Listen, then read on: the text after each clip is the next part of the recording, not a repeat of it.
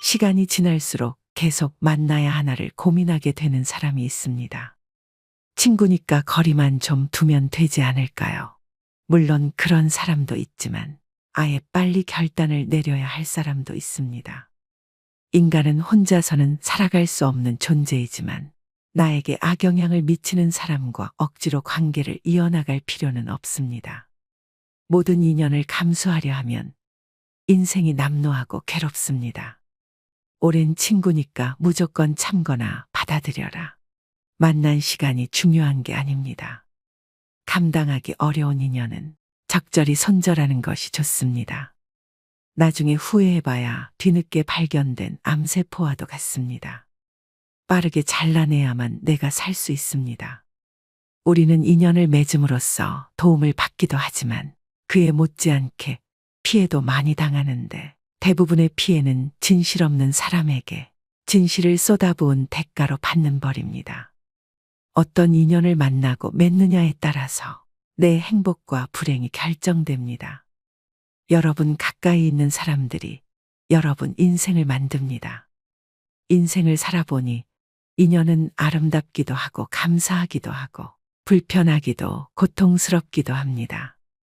나이 들수록 아름답고 감사한 인연들만 안고 가셔야 됩니다. 운명은 타고나는 것이지만 팔자는 만들어가는 것입니다. 맞지 않는 인연의 끈을 놓지 못하고 끝까지 잡고 계시면 자기 팔자 자기가 꼬는 겁니다. 때문에 여러분의 방에 절대 아무나 들여서는 안 됩니다.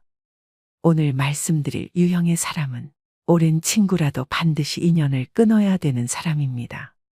그냥 평생 가까이 두지 않는 것이 낫다고까지 말씀드릴 수 있습니다. 영상을 끝까지 시청하셔서 더 이상 인간관계 때문에 나의 귀한 시간과 감정 낭비하지 않으셨으면 합니다. 첫 번째는 얻어먹기만 하는 사람입니다. 살다 보면 남에게 베풀 줄은 전혀 모르고 얻어먹기만 하는 사람들이 있습니다. 이런 사람들은 처음 한두 번은 내가 베풀 수 있어도 계속되면 온갖 정이 떨어지고 결국엔 질려버리고 맙니다. 상대가 좋은 차 탄다고 돈 제일 많이 번다고 이유를 대며 계속 얻어먹습니다. 다른 사람이 잘 된 것이 자기 덕분인 양 주인 행세하는 그 거지근성은 어디에서 나온 것인지 참 궁금합니다. 권리도 아닌데 권리인 양 착각하는 사람들은 인격이 미성숙한 사람입니다. 받는 게 당연한 줄로만 알고 나중에 안 주면 오히려 역정을 냅니다. 호의가 계속되면 호구가 된다는 말이 딱 이런 사람들 상대로 맞는 말입니다. 그들을 자세히 살펴보면 평소 자기가 하고 싶은 것들은 모두 누리고 유독 사람을 만날 때만 돈이 없다고 말합니다. 친구의 양보 10,000원 하니 어처구니가 없습니다. 이처럼 당연하게 얻어먹는 사람은 다른 사람이 이룬 성공은 함부로 폄하하면서 자기가 가진 것은 굉장히 귀하게 여기는 이기적인 사람입니다. 이런 친구 중 적지 않은 수는 내가 어려울 때 나 몰라라 할 가능성이 높습니다. 내 어려움을 안타까워하기보다 얻어먹을 대상 하나가 줄었다는 식입니다. 다만 내가 사면 상대도 반드시 사야 한다는 것이 아닙니다.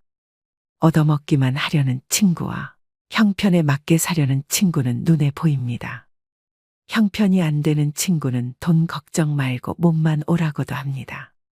그 마음이 와닿기 때문입니다.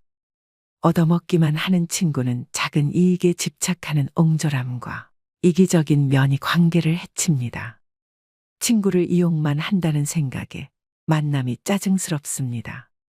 이런 친구에게 쓰는 돈은 헛돈 쓰는 것과 같습니다.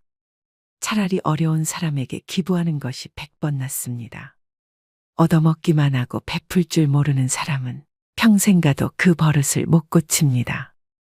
이런 사람을 가까이 하면 내 주머니만 가벼워지고 내게는 득될 것이 하나도 없음을 명심하셔야 됩니다. 두 번째는 부정적인 사람입니다.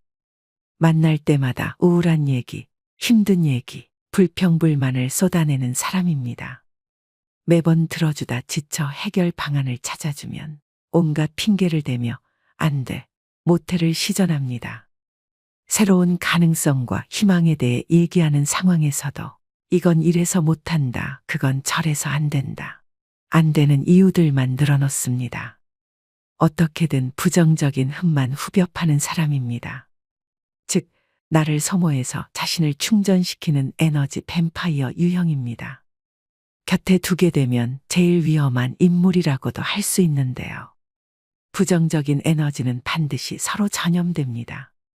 이 과정은 나도 모르게 일어나기 때문에 더더욱 알아차리기 힘듭니다. 이런 사람이 옆에 있으면 될 일도 안 됩니다. 부정적인 사람과 시간을 많이 보내게 되면 현상에 대한 객관화가 잘 안 돼서 바른 방향으로 가기가 어렵습니다. 즉, 호랑이 입에 여러분의 머리를 넣어선 안 된다는 말입니다. 이런 사람들은 주위의 에너지를 뺏고 건설적인 생각을 차단시키는 아주 위험한 존재인데요. 나의 꿈도 내 목표도 모두 차단시킬 사람입니다. 특히 내가 힘들거나 불안정한 상황일 때는 더더욱 영향을 받고 흔들리기 쉽기 때문에 1순위로 멀리해야 될 사람입니다. 말이 씨가 된다는 말 다들 들어보셨을 겁니다. 말에는 생각이 담겨져 있고 생각은 그 무엇보다 크고 강력한 존재이기에 우리는 늘 조심하고 또 조심해야 합니다.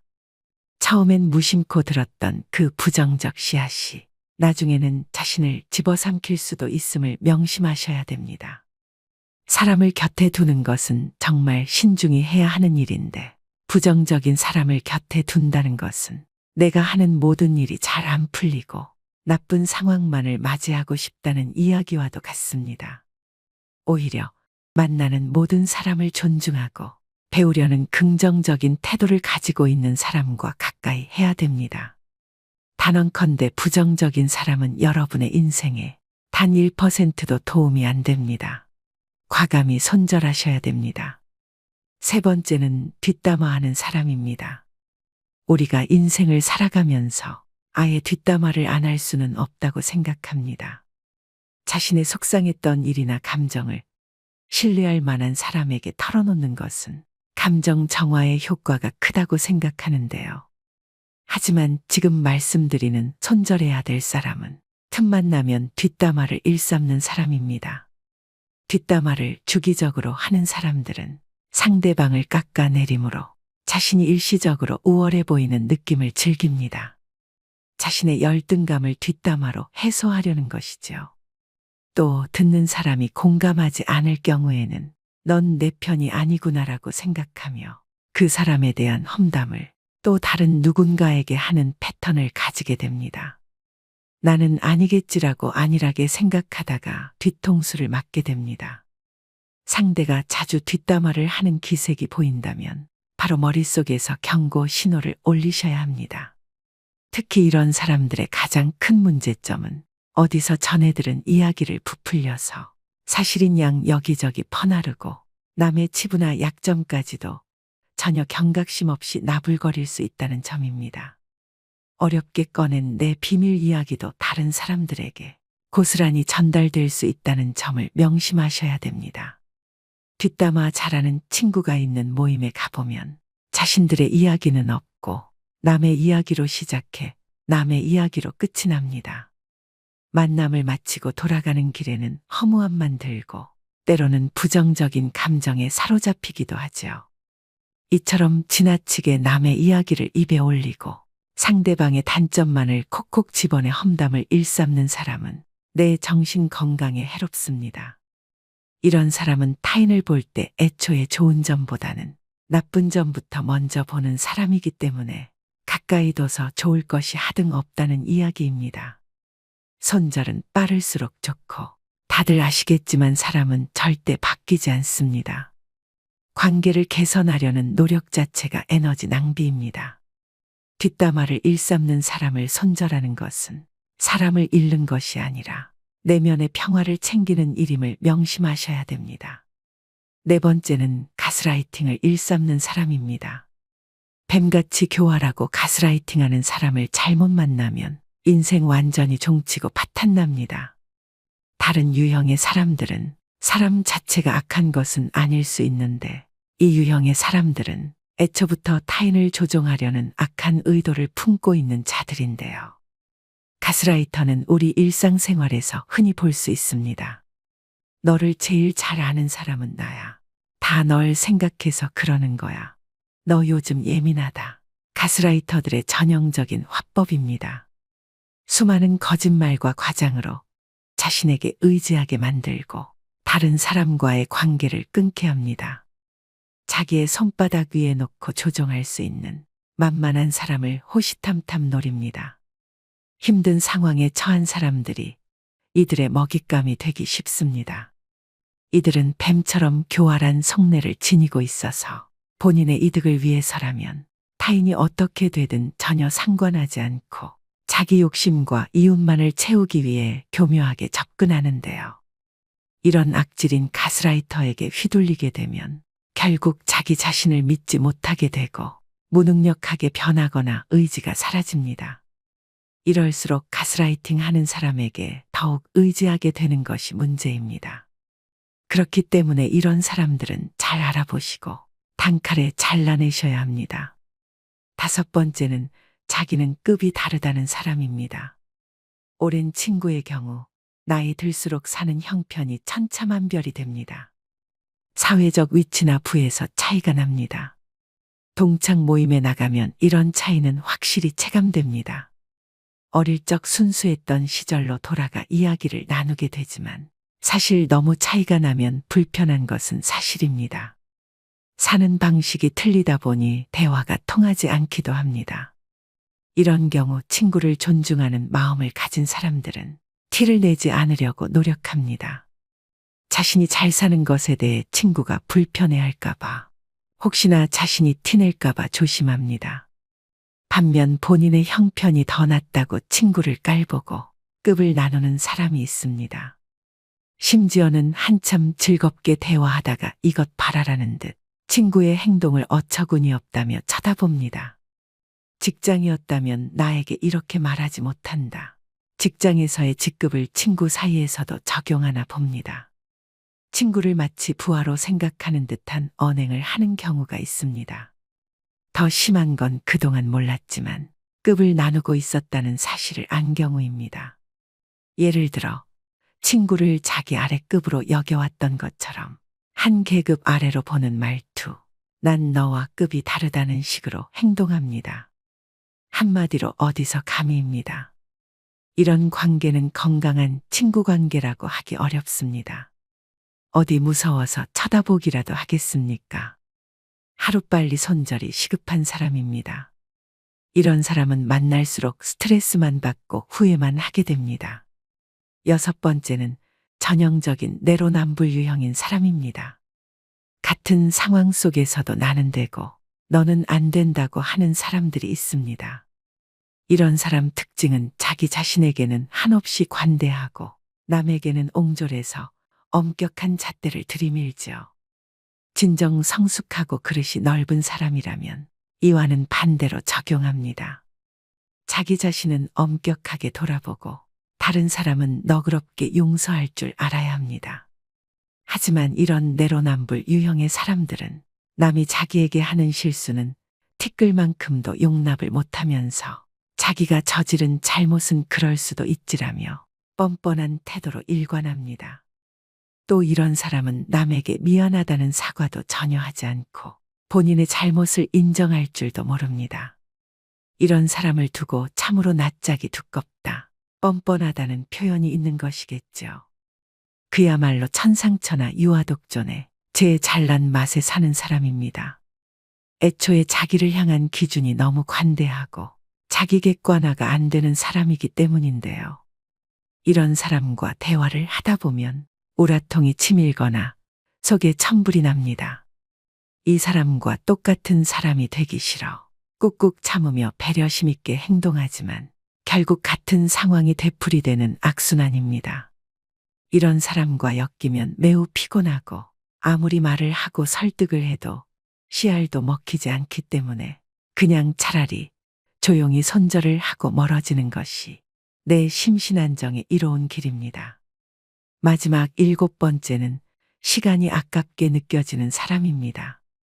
의미 있는 만남인지 아는 방법은 무엇일까요? 누군가와 헤어져 집으로 갈 때 발걸음이 가볍고 기분이 좋다면 의미 있는 만남이라고 말합니다. 반대로 울적하고 함께 보낸 시간이 아깝게 느껴진다면 잘못된 만남으로, 이런 만남은 인생을 소모하고 있다는 찝찝함을 남기기 때문에 되도록 피하는 게 좋다고 당부드립니다. 시간을 헛되이 낭비할 바에는 친구를 잃는 쪽을 택하셔야 됩니다. 흘러간 시간은 돌이킬 수 없지만 친구는 새로 사귈 수 있기 때문입니다. 생각보다 인생은 짧습니다. 나이 먹을수록 시간의 의미를 깨닫고 만남을 소중히 여기게 됩니다. 이때 만남은 양이 아니라 질입니다. 사람을 만났는데 느낌이 싸하거나 거북하다면 일단 만남을 중단하는 것이 좋습니다.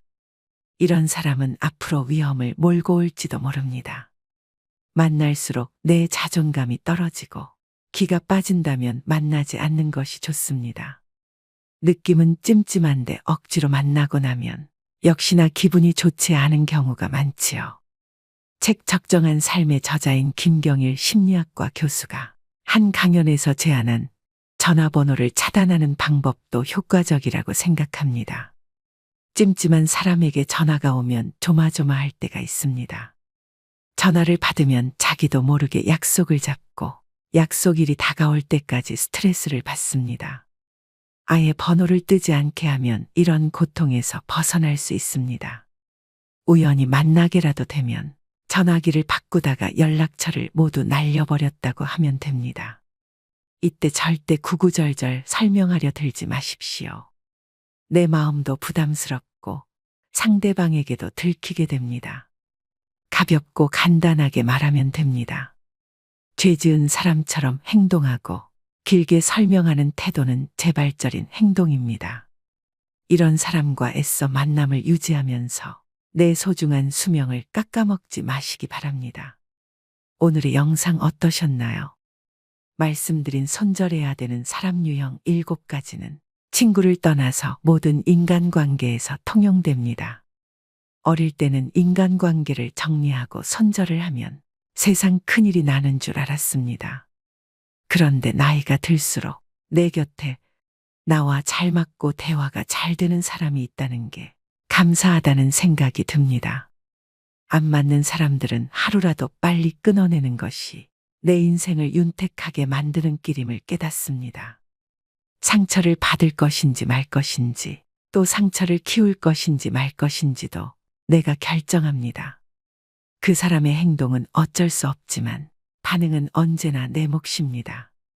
진정한 인연이라면 최선을 다해서 좋은 인연을 맺도록 노력하고, 스쳐가는 인연이라 생각되면 무심코 지나쳐버려야 합니다. 그것을 구분하지 못하고 만나는 모든 사람들과 헤프게 인연을 맺어 놓으면 쓸만한 인연을 만나지 못하는 대신에 어설픈 인연만 만나게 되어 그들에 의해 삶이 침해되는 고통을 받아야 합니다.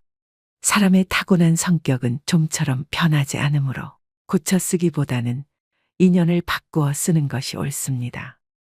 즉 덩굴손 나무는 가까이 두면 감고 올라가 해롭게 함으로 싹을 잘라버려야 함과 같죠. 물론 상대방이 한두 번 잘못했다고 가차없이 손절하라는 것은 아닙니다. 오랜 친구니까 그동안 이해하고 넘어갔던 부분이 많으실 겁니다. 많이 만나보고 심사숙고해서 내리는 결정입니다. 아닌 줄 알면서도 끝까지 붙들고 계시는 분들이 많습니다. 놓을 땐 놓을 줄도 알아야 됩니다. 모든 미련은 시절에 달린 것이며 언제 떠나느냐의 분기점이 다를 뿐입니다. 다스림에는 한계가 있으며 이를 분별하는 것이 통찰력이죠. 오늘의 영상이 인간관계에 있어 통찰력을 기르는 시간이 되셨길 바랍니다. 오늘도 노후의 지혜와 함께 해주셔서 감사드립니다. 황금빛으로 무르익어가는 여러분의 지혜로운 인생을 언제나 응원합니다.